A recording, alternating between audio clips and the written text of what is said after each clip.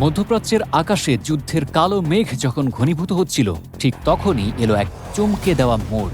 মাত্র ২৪ ঘন্টা আগেও যিনি হুঁশিয়ারি দিয়েছিলেন যে কোনো মুহূর্তে ইরানের নতুন হামলা হতে পারে, সেই মার্কিন প্রেসিডেন্ট ডোনাল্ড ট্রাম্পই শনিবার হঠাৎ সুর পাল্টে ঘোষণা দিলেন আপাতত থেমে যাচ্ছে হামলার পরিকল্পনা। নিজের সামাজিক মাধ্যম ট্রুথ সোশ্যালে দেওয়া এক পোস্টে ট্রাম্প জানান, ইরান এবং মধ্যপ্রাচ্যের অন্যান্য দেশ যুক্তরাষ্ট্রের কাছে অনুরোধ জানিয়েছে যেন আপাতত কোনো হামলা না চালানো হয়, কারণ একটি চুক্তির মৌলিক রূপরেখা নিয়ে ইতিমধ্যে সমঝোতা তৈরি হয়ে গেছে। আর এই চুক্তির কেন্দ্রে রয়েছে দুটি বিস্ফোরক শর্ত: বিশ্ব বাণিজ্যের প্রাণকেন্দ্র হরমুজ প্রণালী অবিলম্বে সম্পূর্ণ ও পুরোপুরি খুলে দেওয়া এবং ইরানের পারমাণবিক হুমকির চিরস্থায়ী অবসান। তবে ট্রাম্প স্পষ্ট করে দেন, এই সিদ্ধান্ত দুর্বলতা থেকে নয়। তার ভাষায়, যুক্তরাষ্ট্র ইরানের বিরুদ্ধে হামলা চালাতে সম্পূর্ণ প্রস্তুত ছিল এমন মাত্রার সামরিক শক্তি নিয়ে যা দ্বিতীয় বিশ্বযুদ্ধের পর বিশ্ব আর দেখেনি।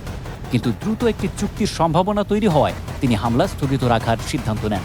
আর এই সিদ্ধান্ত নেওয়া হয়েছে মার্কিন মিত্র ইসরায়েলের সঙ্গে যৌথভাবে। কিন্তু এই স্বস্তির ঘোষণার ঠিক আগ মুহূর্ত পর্যন্ত পরিস্থিতি ছিল রীতিমতো যুদ্ধের প্রান্তসীমায়। মার্কিন গণমাধ্যম CNN 2 কর্মকর্তার বরাত দিয়ে জানিয়েছিল, শনিবার বা রোববারের মধ্যেই ইরানে হামলা চালাতে পারে যুক্তরাষ্ট্র। এমনকি মন্ত্রিসভার এক বৈঠকে সাংবাদিকদের সামনেই ট্রাম্পকে বলতে শোনা যায়, আমরা তাদের কঠোরভাবে আঘাত করব। এক পর্যায়ে তারা নিজেরাই বলবে, আমরা আর সহ্য করতে পারছি না। এই চরম উত্তেজনার মধ্যেই মার্কিন পররাষ্ট্র দপ্তর মধ্যপ্রাচ্যে অবস্থানরত নাগরিকদের জন্য জারি করে কড়া সতর্কবার্তা। অঞ্চল ছেড়ে যাওয়ার কথা বিবেচনা করুন, অথবা স্বল্প নোটিশে চলে যাওয়ার জন্য প্রস্তুত থাকুন।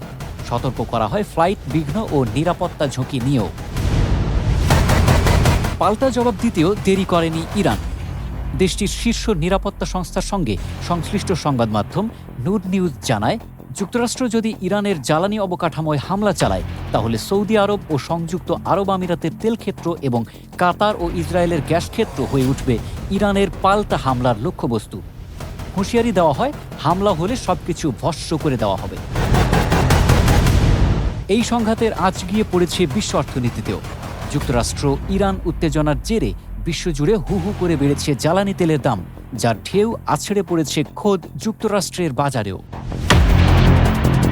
উল্লেখ্য, গত ফেব্রুয়ারিতে যুক্তরাষ্ট্র ও ইসরায়েল যৌথভাবে ইরানে হামলা শুরু করেছিল। জুনে সাময়িক যুদ্ধবিরতি এলেও জুলাইয়ের শুরুতেই ট্রাম্প নিজে ঘোষণা দেন সেই বিরতি শেষ।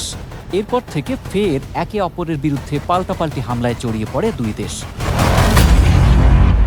এখন গোটা বিশ্বের চোখ সেই সম্ভাব্য নতুন চুক্তির দিকে। ট্রাম্প নিজেই বার্তা দিয়েছেন, সবাই কাজে নেমে পড়ুন, এটি সম্পন্ন করুন।